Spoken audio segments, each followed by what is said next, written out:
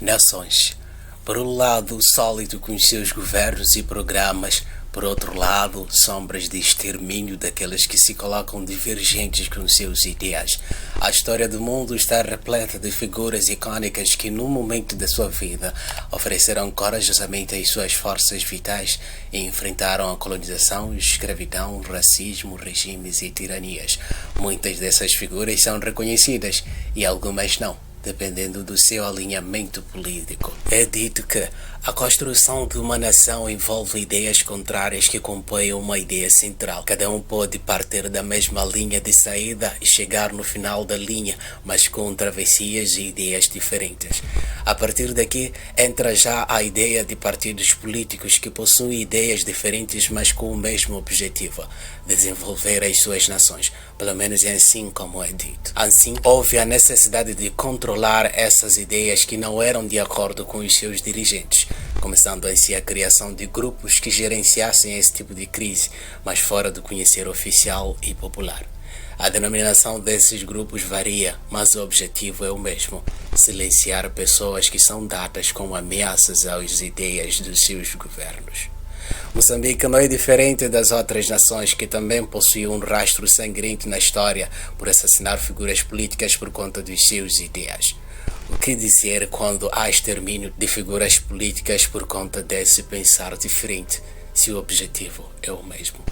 Você está aqui na sua passarela. Eu sou João Estevão e acompanhe nessa redação o rastro sangrento de assassinato de figuras políticas moçambicanas desde o ano 75 a 2025. É preciso salientar que esta redação baseou-se em relatórios de organizações não governamentais, investigações jornalísticas locais e internacionais, entrevistas com vítimas, sobreviventes e familiares nos meios de comunicação moçambicanos, notícias da imprensa nacional e internacional, e foram organizados em linha do tempo de casos principais e analisados à luz do contexto político vigente.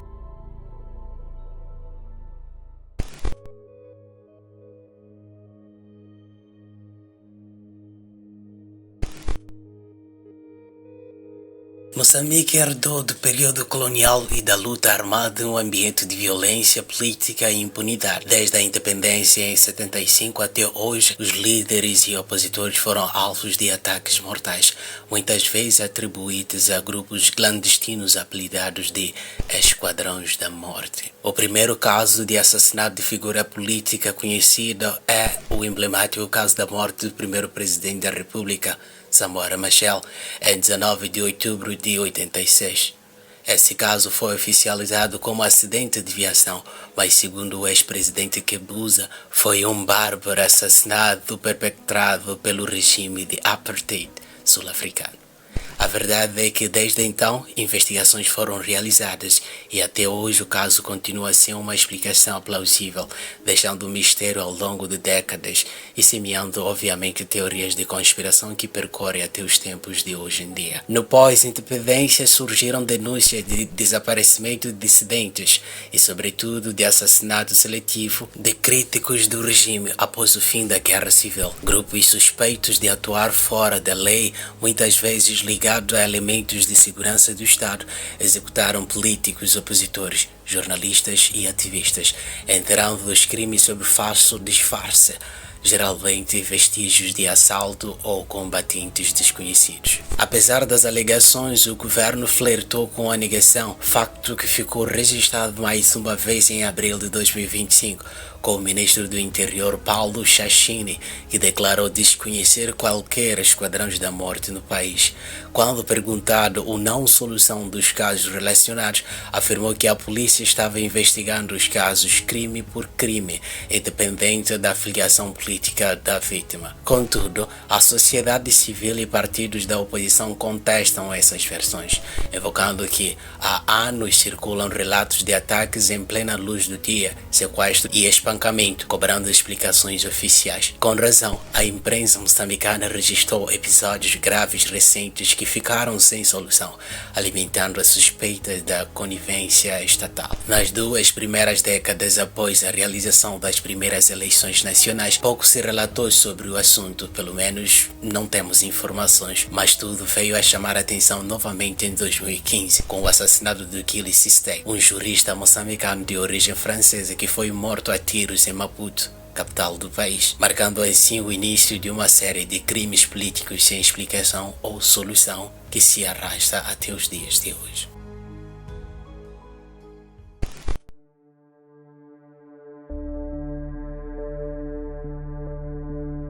Minha filha de 7 anos colocaram-lhe arma de fogo na cabeça. Eu agradeço a Allah subhanahu wa ta'ala, que é Deus Todo-Poderoso, por ter me salvado naquele dia mais de 8 talibãs. O primeiro grande ciclo de crimes políticos documentados neste século ocorreu em 2015 e 2016. No dia 13 de março de 2015, o advogado e ativista Kili Sistay foi assassinado a tiros em frente a um café em Maputo, depois de dias recebendo ameaças de militantes do partido no poder por suas posições para a descentralização do Estado. Pouco tempo depois, em 28 de agosto do mesmo ano, o jornalista e empresário Paulo Machava, conhecido por dirigir o jornal Canal de Moçambique, foi morto também a tiros durante uma caminhada matinal na mesma cidade, Maputo, capital do país.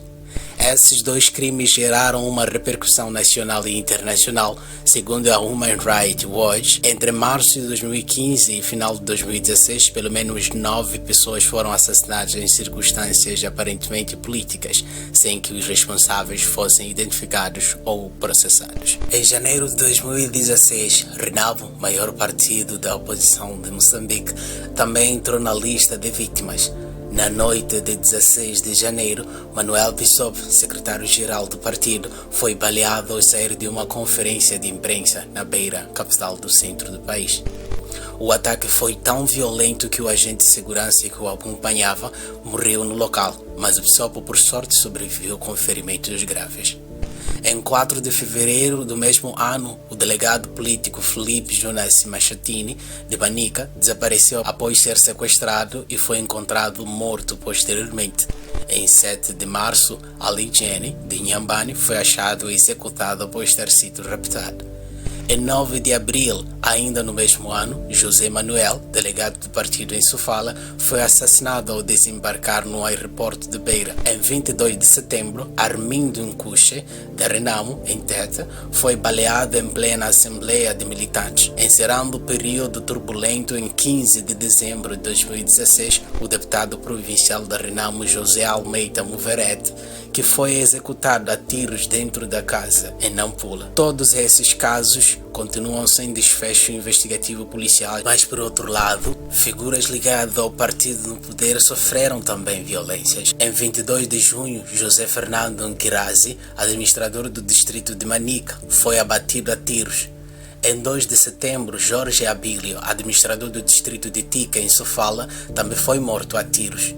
Desses últimos, a polícia acusou a Renamo, mostrando assim a primeira vez que a polícia apontava uma direção. Foi um período sangrento que durou 2 anos de assassinatos sem explicações, mas todos tinham 3 coisas em comum: política, posicionamento contrário e assassinado por homens armados que invadiam casas ou vigiavam locais públicos, atirando contra políticos na frente de familiares ou eleitores. A imprensa Verdade ou outras fontes locais relataram que entre 2016 e 2017, mais uma dezena de membros da Renamo e do MDM, incluindo 4 gêneros, foram mortos a tiros, alguns até nas suas próprias residências em plena luz do dia. Em muitas dessas mortes, líderes partidários apontaram diretamente para esquadrões da morte, servindo ao regime da Frelimo, embora as investigações oficiais não tenham esclarecido os casos. Em março, no distrito de Tambara, Manica, o delegado também do MDM, Mateus Chiranga, foi baleado até a morte dentro de casa. A família deste descreveu um banho de sangue e o desaparecimento imediato do corpo no local do crime, acrescentando ao mistério que a polícia tentou rebater ao afirmar que simplesmente desapareceu, mas perante os familiares ecoaram dúvidas nas suas mentes. Enquanto isso, intelectuais e ativistas também viram-se sob ataques.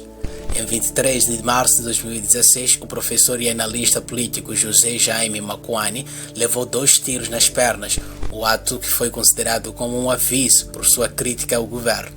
No mesmo mês, já no dia 27, o comentador jurídico Hercínio de Salema foi raptado e severamente espancado por homens encapuzados no centro da capital do país. Em ações semelhantes, o economista Carlos Jeca, ex-presidente da LAM e crítico do regime no poder, foi torturado e ferido num dos joelhos em abril de 2018. Do mesmo modo, jornalistas não ficaram de fora.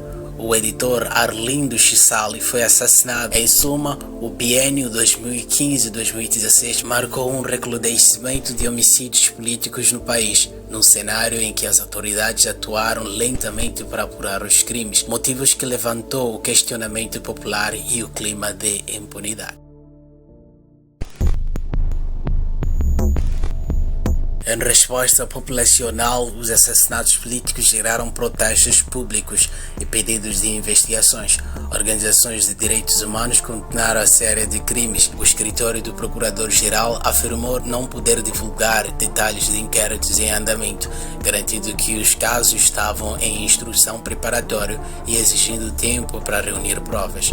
Em novembro de 2016, dirigentes oposicionistas exigiram punições exemplares aos mandantes e executores, enquanto analistas chamavam a atenção para a falta de credibilidade das investigações. O próprio governo, no entanto, reagiu com cautela institucional. Por exemplo, o Serviço de Investigação Criminal, SERRIC, criado em 2017, disse ter a investigação em curso, mas sem novo desfecho conhecido. A sociedade civil pediu explicações.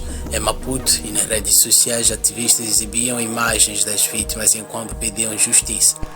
Em 2018, familiares de vítimas compareceram às sessões de parlamento, cobrando esclarecimento sobre os casos dos seus entes, mas as respostas foram evasivas. Num relatório ao Parlamento, a Procuradora-Geral Beatriz Buchili afirmou que elucidar esses assassinatos exigia tempo para reunir provas, repetindo o jargão do segredo da justiça. Diante disso, muitos moçambicanos sentem que quem manda pode matar com impunidade, um sentimento reforçado pelo fato de nenhum crime de alto nível ser definitivamente solucionado.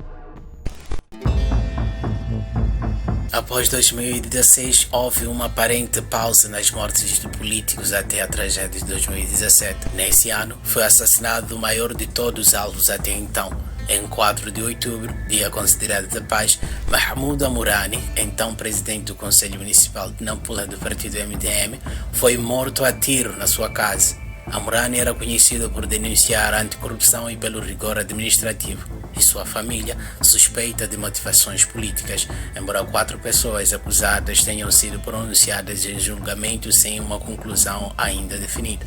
Entre eles, um vereador do mesmo partido estava incluso. Este crime foi considerado mais um capítulo de onda de violência política não resolvida. O Zaide A Verdade relatou que, a cada 4 de outubro, apesar de ser Dia da Paz, Moçambique, concretamente a província que ele dirigia, traz lembranças e lamenta mais da tragédia. Uma ferida que até hoje o povo macua ressoa nos seus lábios, elevando-o em comparação com os próximos dirigentes que vieram depois da sua morte. Em 2018 e 2023, a frequência de assassinatos dirigidos a políticos voltou a cair. As atenções migraram para episódios de violência eleitoral. Nas eleições municipais de 2018 e gerais de 2019, surgiram relatos de intimidação e detenções de candidatos, mas sem novos casos famosos de morte policial. Ressurgiu, porém, o termo esquadrões da morte no debate público. Em outubro de 2023, por exemplo, Ossuf Momad, líder da Renam, acusou a Frelibo de reativar grupos letais após eleições intercalares em algumas cidades, embora a cobertura mediática tenha se concentrado em protestos e repressão policial. Sobre isso, não há fontes abertas específicas além de depoimentos partidários e reportagem da imprensa. Entretanto, o quadro mudou radicalmente nas eleições gerais de 2024. Desde a campanha eleitoral até o pós-voto, Moçambique viveu a sua crise política mais grave em décadas. O país acompanhou cenas inéditas de violências urbanas, protestos em massa, confrontos nas ruas e denúncias de repressão pelo Estado. O estopim dessa crise foi o assassinato em massa de apoiadores oposicionistas. Na madrugada de 19 de outubro de 2024, 2 assessores de Venâncio Mondlane foram brutalmente executados em Maputo. Elvino Dias, o advogado de Mondlane, e Paulo Kwambe, seu mandatário de campanha, seguiam num carro quando foram interceptados por atiradores que dispararam cerca de 25 vezes, crivando o veículo e deixando-os mortos. O ataque ocorreu dias após Mondlane liderar por grandes protestos contra a falta de transparência no processo eleitoral.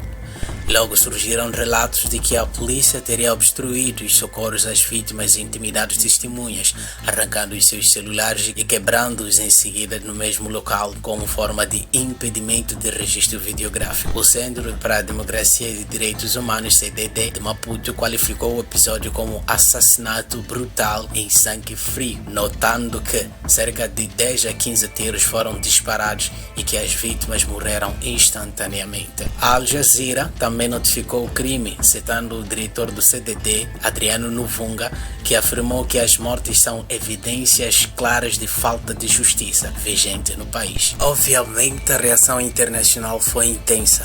A União Europeia condenou o duplo assassinato, afirmando que numa democracia não há lugar para assassinatos com motivações políticas, e exigiu investigação imediata, exaustiva e transparente dos responsáveis.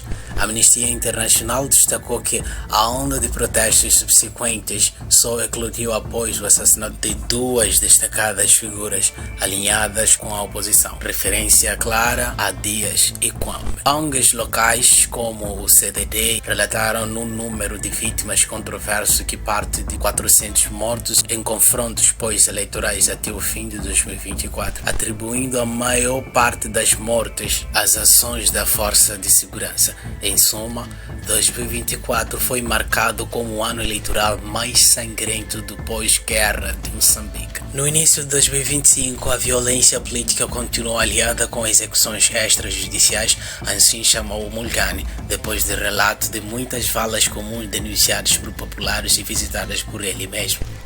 Em fevereiro, em meio a manifestações por novas eleições, o advogado Denis Stefani, outro assessor de Mondlane, denunciou tentativa de assassinato cerca de meia-noite. Atiradores metralharam a sua casa em Maputo, com 24 disparos, deixando 24 marcas de balas nas paredes. Stefani e sua família haviam saído de viagem por coincidência, e ele publicou fotos do estrago pelas redes sociais, responsabilizando novamente agentes ligados ao Estado. Dias depois, em abril de 2025, Joel Amaral, MC Trufafá, conhecido líder juvenil ligado a Mondlane em Quilimane, foi atingido na cabeça por disparos em plena rua. A imprensa descreveu o episódio como obra dos Esquadrões da Morte em campanha eleitoral.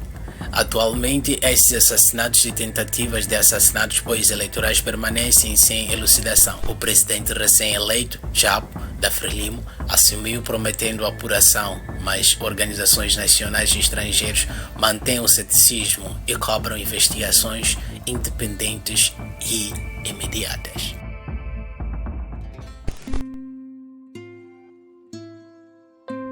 Em paralelo aos crimes, proliferaram denúncias de envolvimento de agentes do Estado e grupos paramilitares.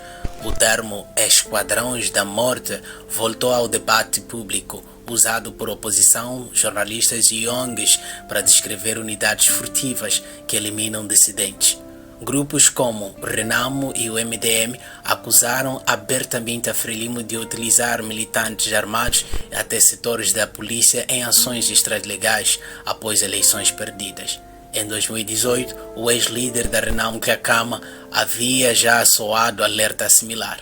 As autoridades sempre negaram tais estruturais. Além do ministro Shashini, que afirmou não saber da sua existência, o governo publicou notas defendendo-se de propaganda oposicionista. Ainda assim, o clima de descrença ficou patente. Em abril de 2025, por exemplo, o carabineiro de elite Paulo afirmou que investigações policiais prosseguiam, mas admitiu que na imprensa somente se ouvia falar de Esquadrões da Morte e que também não conhecia nenhum. Entretanto, evidências indiretas apontam para operações organizadas por segmento de aparelhos de segurança. Em maio de 2025, o jornal Carta de Moçambique publicou trechos de uma entrevista anônima com um agente da Unidade de Intervenção Rápida, a concluir que afirmou ter recebido ordens de missões secretas contra alvos políticos. Ele recebia fotos das vítimas e os atacava. Depois simulava que as mortes eram acidentes ou assaltos comuns. Notoriamente, ele mencionou que tais ordens vinham do SIS, Serviço de Informação e de Segurança do Estado, os serviços secretos moçambicanos, e não da polícia comum. Segundo o relato, numa operação em Nampula, eles interceptavam o carro da vítima, furavam pneus e disparavam, deixando os cadáveres em matagal como se fossem assaltos. Embora seja uma fonte anônima, essa confissão coincide com padrões de vários casos não resolvidos, sugerindo o modus operandi de esquadrões, com suposto respaldo oficial. Outros indícios reforçam a percepção de envolvimento estatal.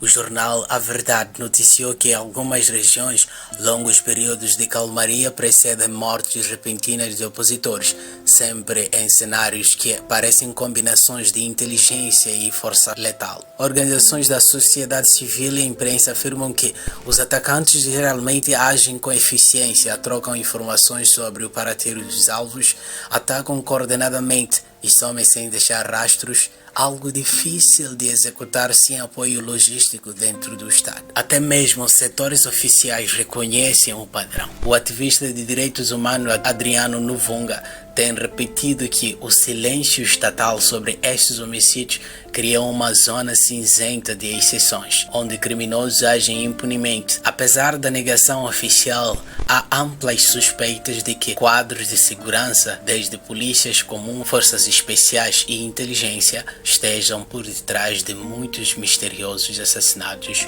políticos.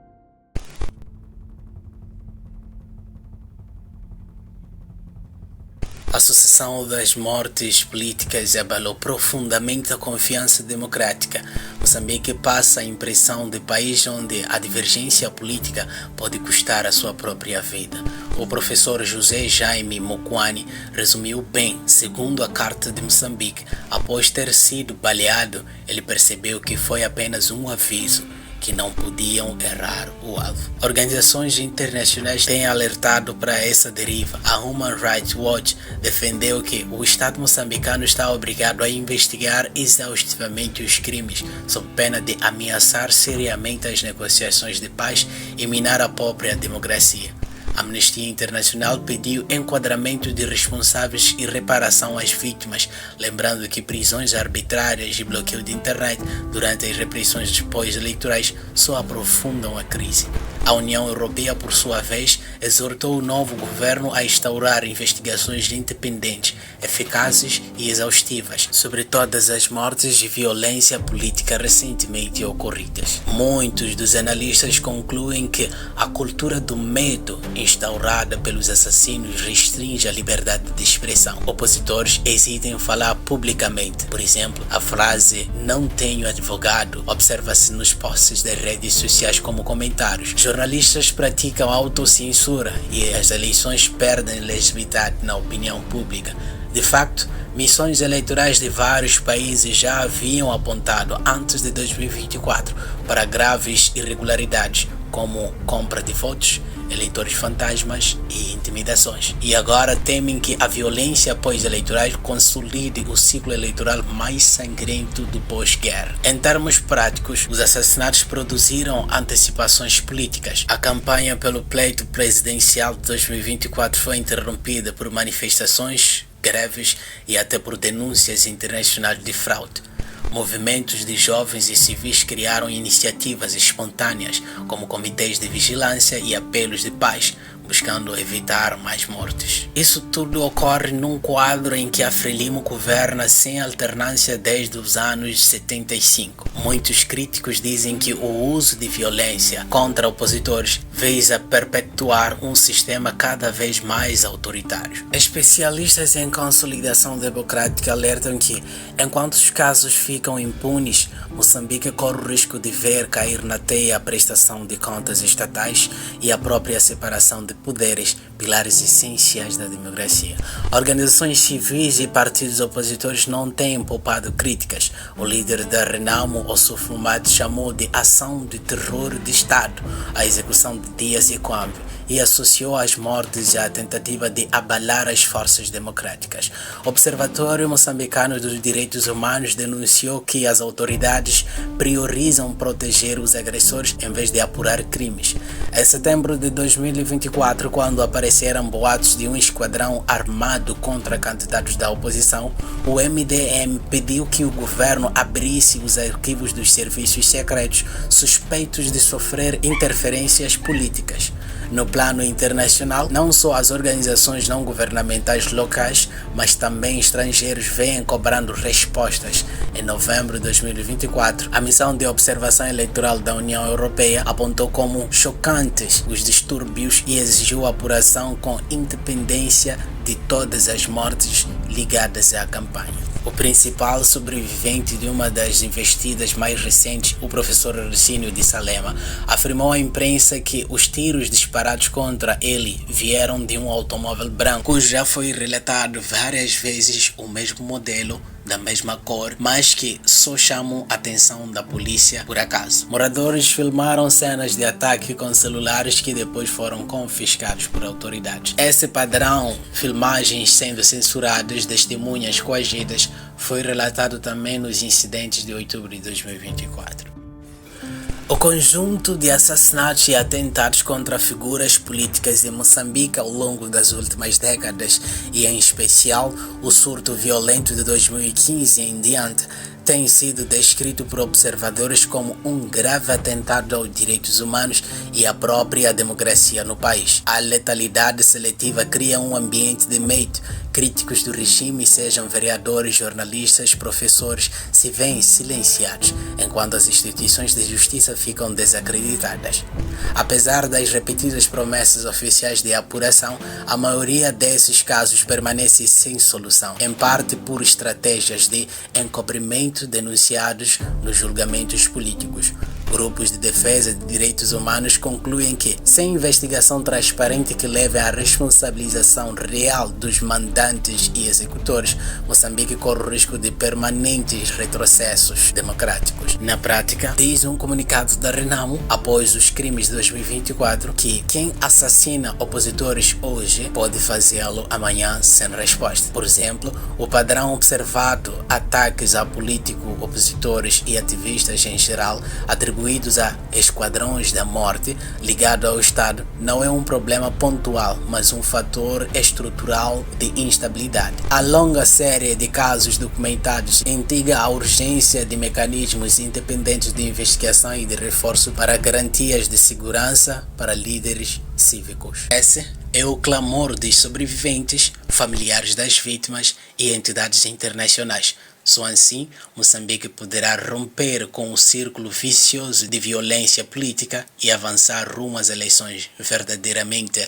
justas, livres, seguras e, acima de tudo, transparentes.